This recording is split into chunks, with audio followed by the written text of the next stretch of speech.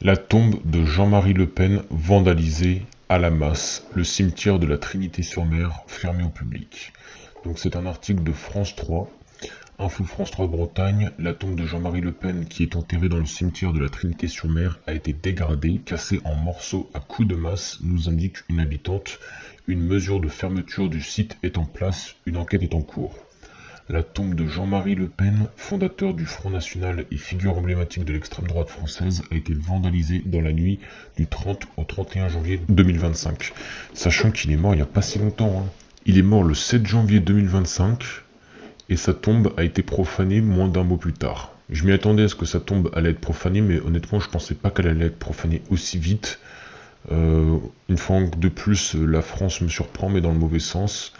Moi je pensais que c'était des humains qui habitaient cette terre, mais en fait non, visiblement il y a aussi énormément d'humains animaux. Je reprends la lecture. La croix de la tombe cassée en morceaux en plus. Donc la croix, j'imagine qu'il parle de la croix chrétienne.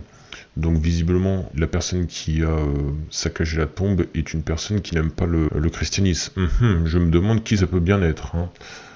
J'ai vraiment, mais alors, aucune idée de qui ça peut être. Vraiment, je me questionne, vraiment. Selon des informations confirmées par la gendarmerie de Carnac, une habitante de la Trinité nous indique que la tombe a été dégradée, sans doute à l'aide d'une masse. La croix de la tombe a été cassée en plusieurs morceaux, détaille Gilles Penel, informé lui aussi par un habitant de la petite commune du Morbihan, donc en Bretagne.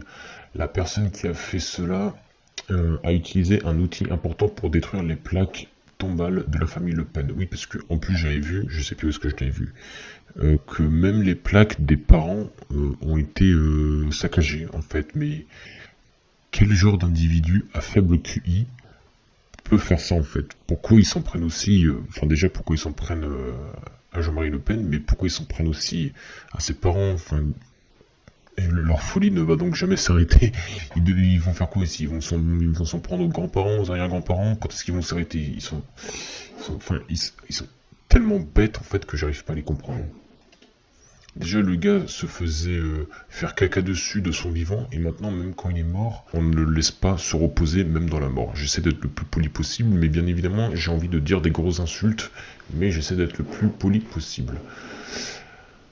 Donc la personne qui a fait cela a utilisé un outil important pour détruire les plaques tombales de la famille Le Pen. Alors, moi, vu que je m'y attendais à ce que ça allait arriver, en fait, je suis étonné de un que ce soit arrivé aussi tôt, et de deux qu'il n'y ait pas en fait des caméras de surveillance qui filment en continu, plusieurs caméras de surveillance, au moins 4, qui filment en continu la tombe.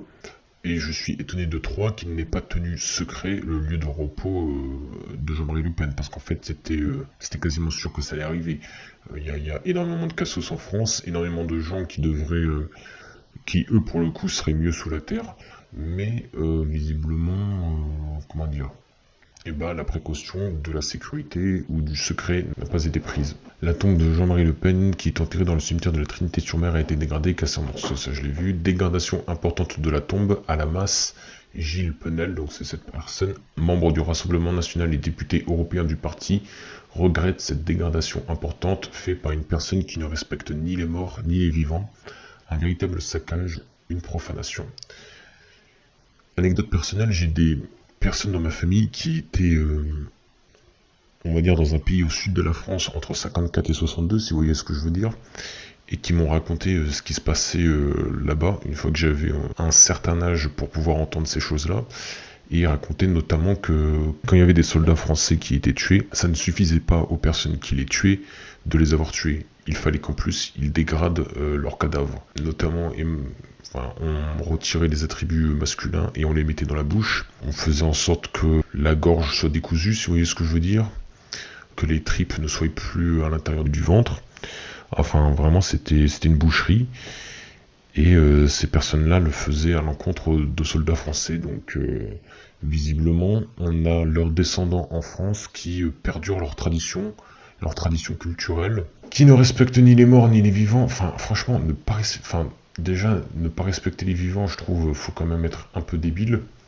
Enfin, tout dépend du niveau de l'irrespect. Mais là, ne pas respecter les morts à ce niveau-là, enfin, pour moi, c'est un degré immense, quoi. En fait, pour moi, c'est comme si tu tues quelqu'un. Vu que là, quelque part, perturbes le repos éternel. Si tu crois que la personne a le droit au repos éternel, enfin, eux, ils doivent croire que non, bien évidemment. Je veux dire, si tu crois au principe de repos éternel, moi, je crois que Jean-Marie Le Pen, par exemple, croyait à son repos éternel.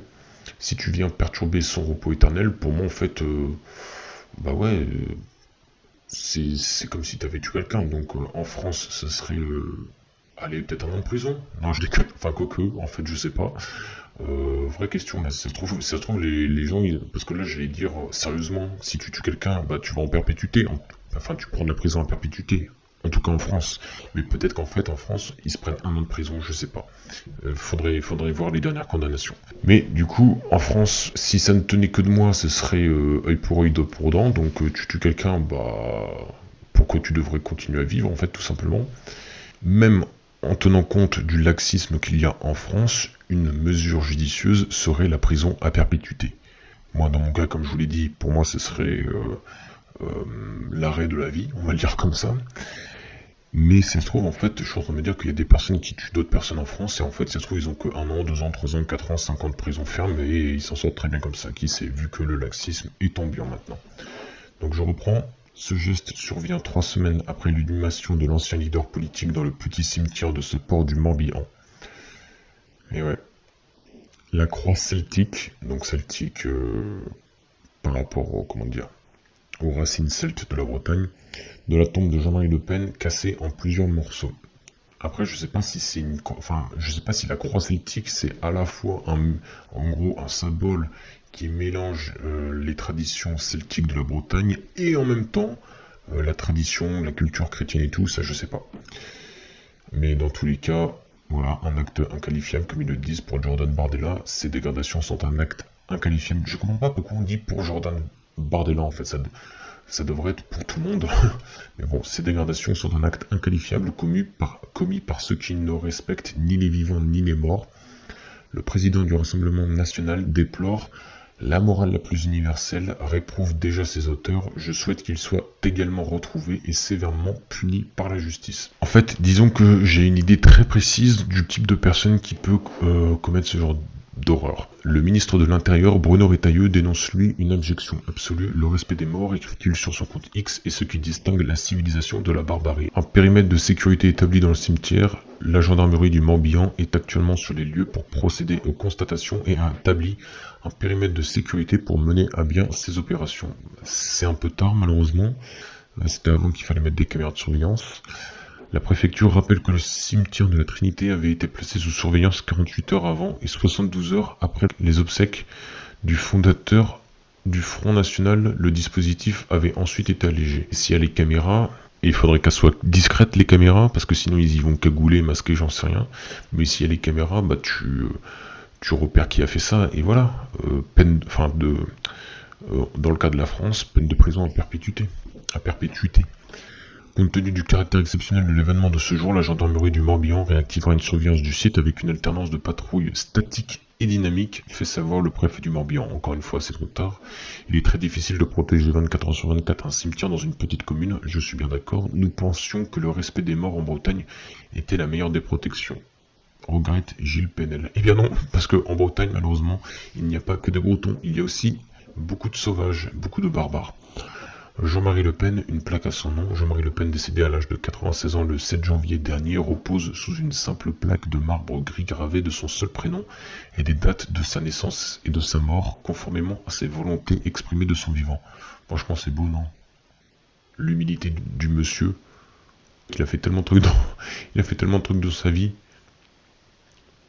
Militaire, politicien, etc., etc.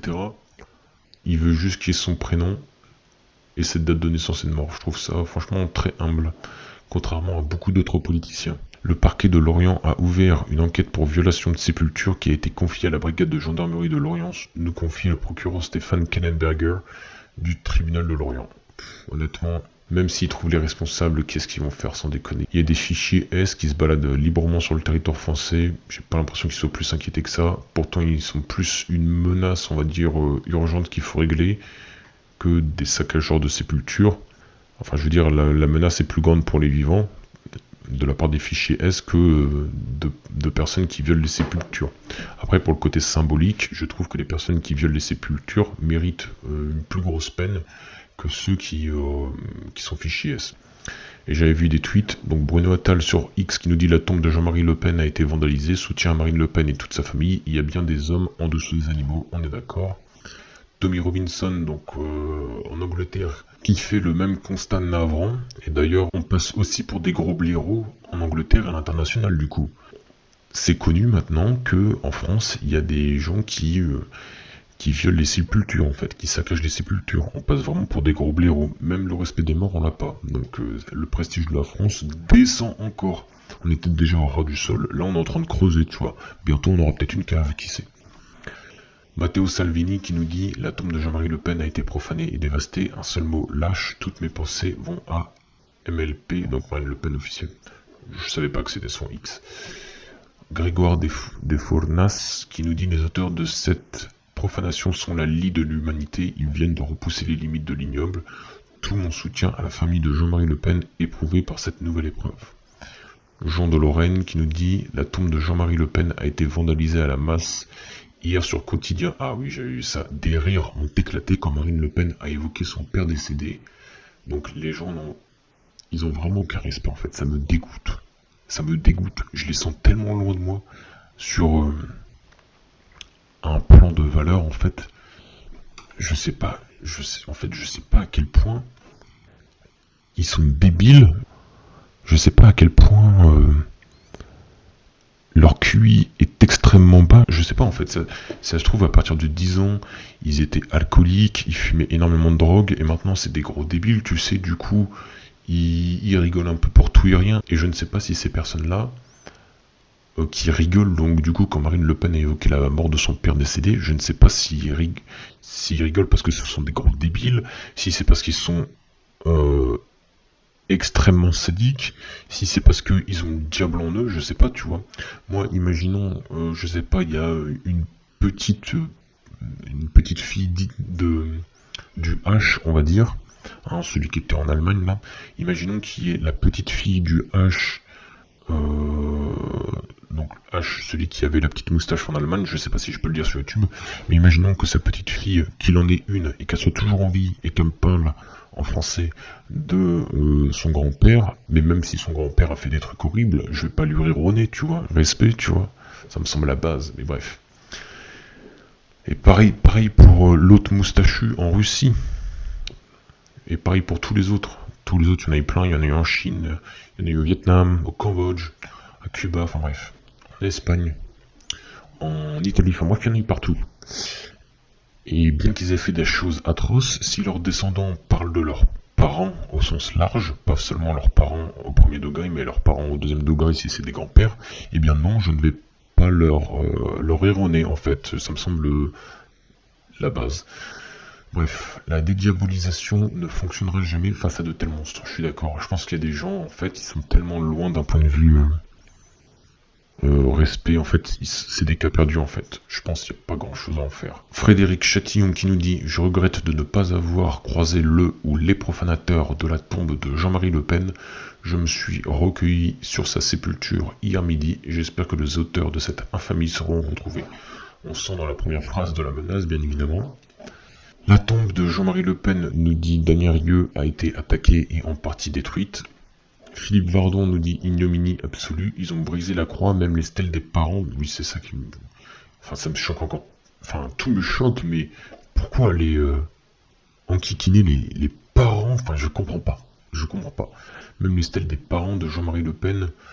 Et c'est genre quoi, s'il avait eu un chien et qu'il avait une tombe, le chien, t'aurais aussi saccagé la tombe du chien. Enfin, à quel point faut être bête, quoi. À quel point faut être bête, vraiment. Être bête, avoir de la haine, et ceux qui sont capables de ça sont aussi ceux qui prétendent nous faire la morale. 3 petits points. Anne Dupont-Aignan nous dit « Indignation devant la profanation de la tombe de Jean-Marie Le Pen. Ceux qui confondent combat politique et insulte aux morts ne méritent aucun respect. » Oui, d'accord, je suis bien d'accord. Daniel Rieu nous dit « Profaner une tombe, c'est sortir de la civilisation. Jean-Marie Le Pen racontait souvent qu'il avait enterré en respectant le rite islamique des soldats ennemis musulmans lors de la prise de Suez. » Oui, eh bien je pense que comment dire, ses ennemis ne lui ont pas accordé le même respect. Voilà, je m'en tiendrai à ça. Ensuite, on a même De Gaulois qui nous dit « Pour rendre hommage à Jean-Marie Le Pen et à son combat, nous pourrions financer l'érection d'un énorme menhir en Bretagne. » C'est une idée, effectivement. Bleu, blanc, rouge qui nous dit « S'il voulait renforcer le RN, il ne s'y prendrait pas mieux. En profanant la tombe de Jean-Marie Le Pen, il touche au sacré et à chaque Français doté d'un minimum de cœur et d'humanité ressentira de la nausée face à cet acte vil et lâche. N'ayons pas peur des mots. » Mais non, j'ai pas pris l'autre, le screenshot de voir plus. Bon, de toute façon, on comprend l'idée. Mais dans tous les cas, les votants du RN étaient majoritaires. Et moi, je ne comprends toujours pas comment ça se fait que ce ne soit pas le RN qui soit au pouvoir, en fait. Je comprends vraiment pas. Démocratie, démos kratos, le pouvoir par le peuple. Le peuple a pouvoir à voter pour le RN. Mais le RN n'est pas au pouvoir. Donc vraiment, je ne comprends pas. Il y a un bug dans le Demos Kratos, là. Il y a un bug dans le mot démocratie. Il y a quelque chose qui rompt la joncture du Demos et du Kratos. Donc oui, il y aura de plus en plus de personnes qui vont voter pour le RN, surtout en voyant ce qui se passe, là. Après, est-ce qu'il y aura plus de personnes proportionnellement qui voteront pour le RN, sachant qu'il y a de nouveaux entrants qui sont fermement opposés au RN? Je ne sais pas, mais en tout cas... en nombre absolu, il y en aura de plus en plus pour le RN, évidemment. Après, est-ce que ça va vraiment jouer? Est-ce que c'est si important que ça? Est-ce que notre vote est si important que ça?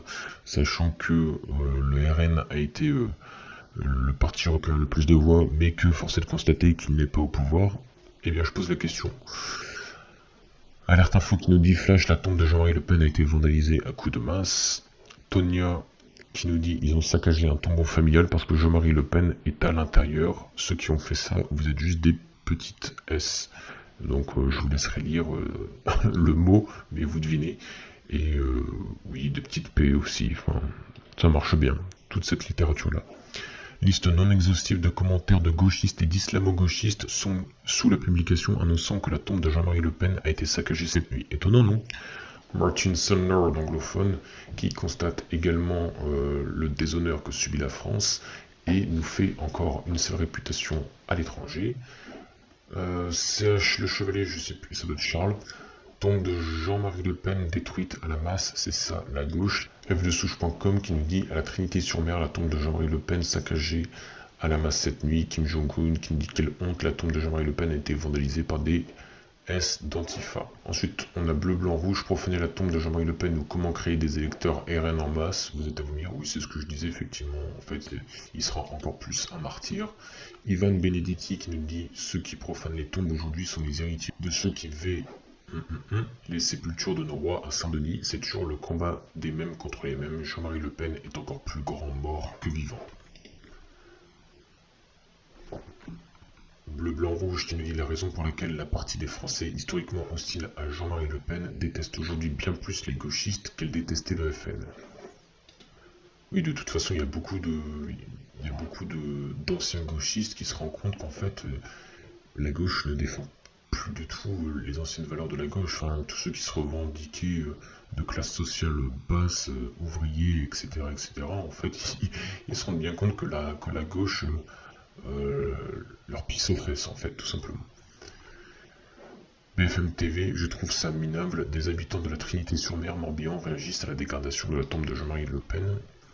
Zora Rosbitan, le vandalisme de la tombe de Jean-Marie Le Pen est un puissant engrais pour faire vivre ses idées. Donc, mortir, c'est ce que je disais, sachez-le, espèce de C.O.N. C'est n'importe quoi, ce soi-disant combat qui veut se faire passer pour du courage. Quelle époque!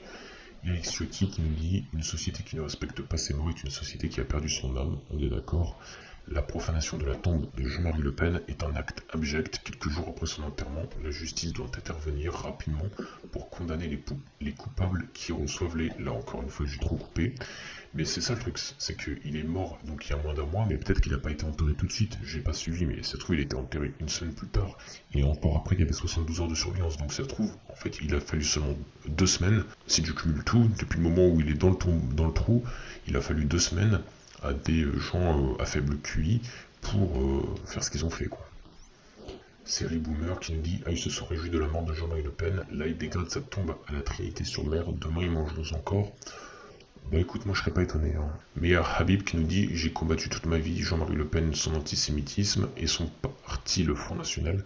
Mais profaner sa tombe est misérable, c'est un sacrilège et une abomination. Laissez les morts tranquilles. On est bien d'accord, mais. Donc je pense qu'on est tous d'accord pour dire que les gens qui ont saccagé sa tombe sont des ordures de la pire espèce.